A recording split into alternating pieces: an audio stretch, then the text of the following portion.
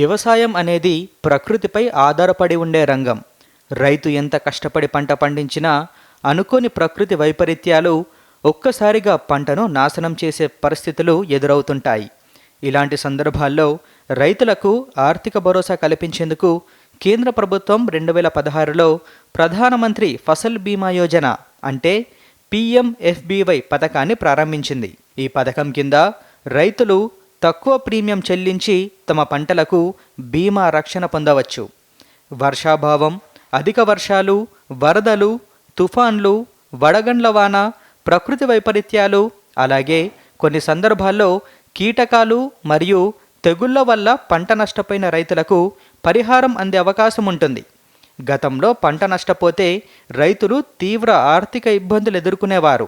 అయితే ఈ బీమా పథకం ద్వారా రైతులకు కొంత ఆర్థిక రక్షణ లభిస్తోంది. ఈ పథకంలో రైతులు చెల్లించే ప్రీమియం చాలా తక్కువగా ఉండగా మిగిలిన భారాన్ని కేంద్రం మరియు రాష్ట్ర ప్రభుత్వాలు భరిస్తాయి. దీంతో చిన్న, సన్నకారు రైతులు కూడా పంట బీమా పొందే అవకాశం ఏర్పడింది. ప్రకృతి వైపరీత్యాల కారణంగా పంట నష్టపోయినప్పుడు అధికారులు నిర్వహించే అంచనాల ఆధారంగా అర్హులైన రైతులకు పరిహారం అందజేస్తారు.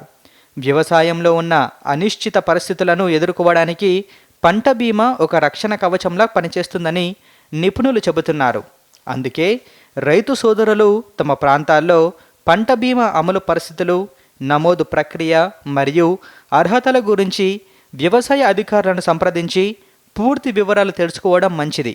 వ్యవసాయ రంగంలో రైతులకు భరోసా కల్పించేందుకు కేంద్ర ప్రభుత్వం అమలు చేస్తున్న ముఖ్యమైన పథకాలలో ప్రధానమంత్రి ఫసల్ బీమా యోజన ఒకటి.